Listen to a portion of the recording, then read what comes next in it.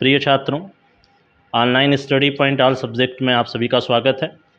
आज हम BA fourth semester के हिंदी जो अभी पेपर हुआ है 12 से 1.5 के बीच में, इसके आंसर की के बारे में अध्ययन करेंगे। जो पेपर आईडी है 5428। पहला क्वेश्चन है, अनुवाद जोड़ता है। तो इसमें ऑप्शन है बहुभाषिक समाज को, भिन्न संस्कृतियों को, भिन्न भाषा को, उपरोक्त सभी को। तो इसमें तीनों है जो अनुवाद को जोड़ने का कार्य करता है, तो आपका ऑप्शन नंबर डी जो है उपरोक्त सभी को सही होगा।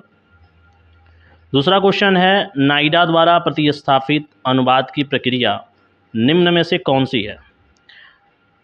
तो इसकी बात करें तो विश्लेषण भी इसके अंतर्गत आता है, अंतरण भी आता है, अनुवाद भी आता है। इसका भी ऑप्शन नंबर डी ही सही होगा, उपरोक्त सभी। क्वेश्चन संख्या 3 की बात करें, अनुवाद की प्रक्रिया संपन्न होने के बाद शुरू होता है। इसमें अनुवाद समीक्षा और अनुवाद मूल्यांकन दोनों आता है, तो उपरोक्त दोनों अर्थात ऑप्शन सी सही होगा।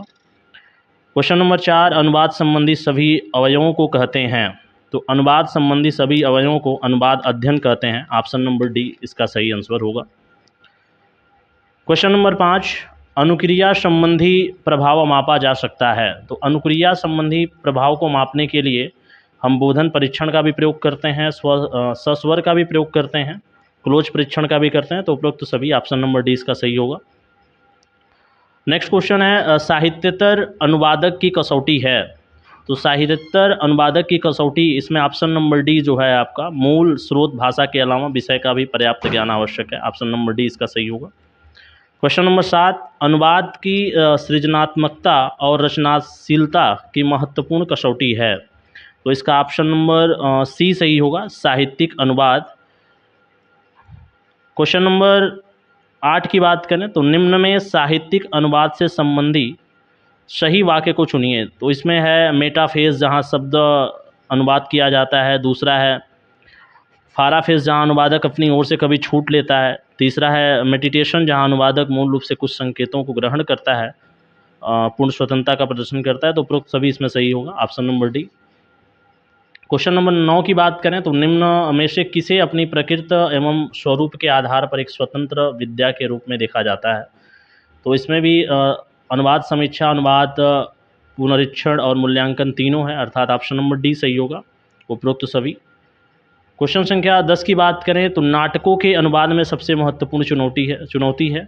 तो नाटकों के अनुवाद में सबसे महत्वपूर्ण चुनौती जो है, इसका ऑप्शन नंबर बी सही होगा, सांस्कृतिक परिवेश। क्वेश्चन नंबर 11, पुनरीक्षक के लिए गुण होने चाहिए। तो पुनरीक्षक के लिए सजग और सचेत भी होना चाहिए, अनुदित सामग्री के विषयों का सम्यक ज्ञान भी होना चाहिए। तो इसमें ऑप्शन नंबर डी इसका भी सही होगा कि उपरोक्त सभी गुण होना चाहिए। क्वेश्चन नंबर 12 की बात करें, पुनरीक्षण अनुवाद प्रक्रिया के किस चरण में आता है। तो पुनरीक्षण जो है वो अनुवाद प्रक्रिया के तृतीय चरण में आता है, ऑप्शन नंबर सी सही होगा। क्वेश्चन नंबर 13 आपका है, किस विषय में मानक शब्दावली सीमित होने की समस्या पाई जाती है।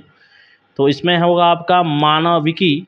तो जो मानविकी है वह जो है मानक शब्दावली सीमित होने की समस्या को निर्धारित करता है, अर्थात ऑप्शन सी सही होगा इसका। क्वेश्चन नंबर 14, अनुवाद की भूमिका होती है। तो अनुवाद की भूमिका सामाजिक विकास में भी होती है, ज्ञान के विकास में भी होती है, सांस्कृतिक क्षेत्र के विकास में भी होती है, अर्थात ऑप्शन नंबर डी जो है इसका सही आंसर होगा। क्वेश्चन नंबर 15, नाइडा के अनुवाद मूल्यांकन के आधार बताए गए। तो नाइडा के अनुवाद मूल्यांकन के 3 आधार बताए गए हैं, ऑप्शन नंबर ए सही होगा। क्वेश्चन नंबर 16, साहित्यतर विषय का अनुवाद करते समय मूल एवं स्रोत भाषा के साथ साथ किसका ज्ञान आवश्यक है। तो उससे संबद्ध विषय का ज्ञान आवश्यक है, अर्थात ऑप्शन नंबर सी सही होगा। क्वेश्चन नंबर 17, निम्न में से साहित्यतर अनुवाद में से कौन सा क्षेत्र शामिल है। तो इसमें अर्थशास्त्र, भूगोल, मनोविज्ञान, ये तीनों शामिल है, अर्थात ऑप्शन नंबर डी इसका सही आंसर होगा। क्वेश्चन नंबर 18 की बात करें तो अनुवादक का गुण धर्म होना चाहिए। तो अनुवादक का एक जो गुण धर्म होना चाहिए वो तटस्थ होना चाहिए, अर्थात ऑप्शन नंबर बी सही होगा। अगला क्वेश्चन नंबर 19, केंद्रीय अनुवाद ब्यूरो की स्थापना कब हुई थी। तो केंद्रीय अनुवाद ब्यूरो की जो स्थापना है वो 1971 ईस्वी में हुई थी, अर्थात ऑप्शन नंबर बी इसमें आपका सही होगा। क्वेश्चन नंबर 20, भारत का राजभाषा है, तो भारत का राजभाषा जैसा आप सभी जानते हो भारत की राजभाषा हिंदी है। ऑप्शन नंबर ए सही होगा। क्वेश्चन नंबर 21, सृजनात्मक अनुवादक को एकाधिक बार किससे गुजरना पड़ता है? तो सृजनात्मक जो अनुवादक होता है उसको सबसे अधिक बार मूल कृति और अनुदित कृति दोनों से गुजरना पड़ता है, अर्थात ऑप्शन नंबर सी इसका सही आंसर होगा। क्वेश्चन नंबर 22 है कि विश्व संस्कृत के आंतरिक संवाद का हिस्सा है। तो अनुवाद जो है वो विश्व संस्कृत के आंतरिक संवाद का हिस्सा माना जाता है, अर्थात ऑप्शन नंबर डी सही होगा। अगले क्वेश्चन की बात करें, क्वेश्चन नंबर 23, दिया गया विचारों का एक भाषा से दूसरी भाषा में रूपांतरित करना अनुवाद है। इस अनुवाद के संदर्भ में उक्त परिभाषा किसकी है? तो यह देवेंद्र नाथ शर्मा के द्वारा दी गई परिभाषा है, अर्थात ऑप्शन नंबर बी इसका सही होगा। क्वेश्चन नंबर 24, पश्चिमी साहित्य परंपरा में लौकिक साहित्य के अनुवाद की परंपरा कहाँ से शुरू हुई थी? तो यह परंपरा जो है यूनानी लोगों ने शुरू की थी, अर्थात ऑप्शन नंबर बी इसका सही आंसर होगा। क्वेश्चन नंबर 25 है आपके सामने, पूर्वी हिंदी की बोली नहीं है। तो पूर्वी हिंदी की जो बोली है वो खड़ी बोली जो है पूर्वी हिंदी की बोली नहीं है, ऑप्शन नंबर बी सही होगा, ये पश्चिमी हिंदी की बोली है। 26 नंबर क्वेश्चन है, 19वीं सदी की प्रसिद्ध रचना शकुंतला नाटक का अनुवाद किया, तो यह राजा लक्ष्मण सिंह ने किया था, ऑप्शन नंबर बी सही होगा। क्वेश्चन नंबर 27 है आपका, अनुवाद दो भाषाओं के मध्य होने वाली प्रक्रिया है। तो अनुवाद जो है वो दो भाषाओं के मध्य जब की जाती है तो ये भाषिक प्रक्रिया होती है, इस प्रक्रिया को भाषिक नाम से जानते हैं, अर्थात ऑप्शन ए सही होगा। क्वेश्चन नंबर 28, अनुवाद मानव की मूलभूत एकता की, व्यक्ति चेतना एवं विश्व चेतना के अद्वैत का प्रमाण पत्र है, यह किसने कहा था? तो यह प्रोफेसर जी गोपीनाथन के द्वारा दिया गया कथन है, तो ऑप्शन नंबर बी सही होगा। क्वेश्चन नंबर 29, विश्वधैव कुटुंबकम के स्वप्न को साकार करने में किसकी भूमिका उल्लेखनीय रही है? तो इसमें सांस्कृतिक की भूमिका बहुत ही उल्लेखनीय रही है, अर्थात ऑप्शन नंबर डी सही होगा। अगला क्वेश्चन है, एक भाषा में व्यक्त विचारों को लक्ष्य भाषा में यथासंभव अपने मूल रूप में लाने का प्रयास करता है। यह अनुवाद जो है यह परिभाषा किसके द्वारा दी गई थी? तो यह बाबूराव सक्सेना के द्वारा दी गई थी, ऑप्शन नंबर डी इसका सही आंसर होगा। 31 नंबर क्वेश्चन है, जिसमें अनुवाद करना है वो भाषा क्या कहलाती है? तो जिसमें अनुवाद करना होता है उस भाषा को लक्ष्य भाषा के नाम से जानते हैं, अर्थात ऑप्शन नंबर बी सही होगा। अगला है क्वेश्चन नंबर 32, हमें हिंदी, मराठी, बांग्ला, तमिल, तेलुगु या कन्नड़ लेखकों को उनकी भाषा के नहीं भारतीय लेखक के रूप में देखना चाहिए, तभी भारतीय भाषाएं भारत में और फिर विश्व में प्रतिष्ठा प्राप्त करेंगी। यह कथन लोठार लुत्से के द्वारा दिया गया था, अर्थात ऑप्शन ए जो है वो सही होगा। क्वेश्चन नंबर 33 है आपका कि भारतीय संविधान में मान्यता प्राप्त भाषाओं की संख्या कुल 22 संख्या है, ऑप्शन नंबर डी इसका सही आंसर होगा। क्वेश्चन नंबर 34 है, गुरु ग्रंथ साहित्य कृति है। तो गुरु ग्रंथ जो साहित्य है यह कृत बहुभाषी कृत है, अर्थात ऑप्शन नंबर सी जो है इसका सही होगा। क्वेश्चन नंबर 35 है, बहुभाषिकता की स्थिति तब पैदा होती है जब व्यक्ति किसी ऐसे समाज में रहता है जो उसकी मातृभाषा से अलग भाषा बोलता है और उस समाज में रहते हुए वह अन्य भाषा में इतना पारंगत हो जाता है कि उस भाषा का प्रयोग मातृभाषा की तरह कर सकता है। यह कथन जो दिया गया था वो ब्लूमफील्ड के द्वारा दिया गया था, अर्थात ऑप्शन ए जो है इसका सही होगा। अगला क्वेश्चन है क्वेश्चन नंबर 36, अनुवाद की अपूर्णता के संबंध में कोई चाहे जो भी कहे, परंतु अनुवाद विश्व के सभी कार्यों से अधिक महत्वपूर्ण और महानतम कार्य है। यह कथन J.W. गेटे ने दिया था, अर्थात ऑप्शन नंबर बी जो है यह सही होगा। क्वेश्चन नंबर 37 है कि अनुवाद की जांच के साथ साथ उसका परिष्कार, संशोधन और संपादन कहलाता है, तो इसे पुनरीक्षण के नाम से जाना जाता है, अर्थात ऑप्शन नंबर बी जो है वो सही होगा।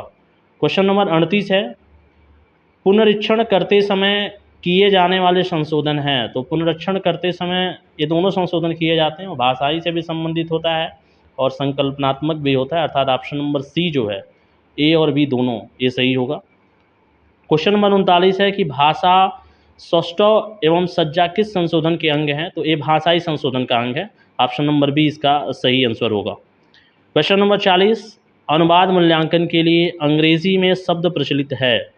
तो ट्रांसलेशन क्वालिटी असेसमेंट भी है और ट्रांसलेशन एक्विलेशन भी है, अर्थात ऑप्शन नंबर सी जो है ए और बी दोनों ये सही होगा। क्वेश्चन नंबर 41, किस मूल्यांकन में अनुदित पाठ की प्रभाव उत्पादकता आंकी जा सकती है? तो यह जो है ऑप्शन नंबर बी, प्रभावधर्मी में। 41 का ऑप्शन नंबर बी सही होगा, प्रभावधर्मी में। क्वेश्चन नंबर 42 की बात करें तो एक कृति के एक से अधिक अनुदित पाठों के विश्लेषण और मूल्यांकन को कहा जाता है। तो जब मूल्यांकन किया जाता है एक से अधिक अनुदित पाठों का, तो उसे तुलनात्मक समीक्षा के नाम से जानते हैं, अर्थात ऑप्शन नंबर बी सही होगा।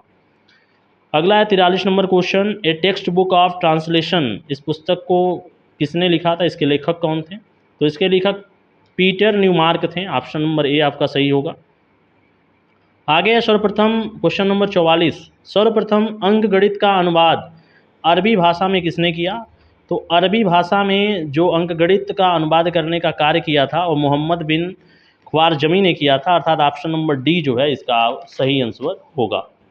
क्वेश्चन नंबर 45 है आपके सामने, रिडिल ऑफ द यूनिवर्स पुस्तक के लेखक कौन हैं? तो हैकल महोदय जो हैं इस पुस्तक के लेखक हैं, अर्थात ऑप्शन नंबर ए सही होगा।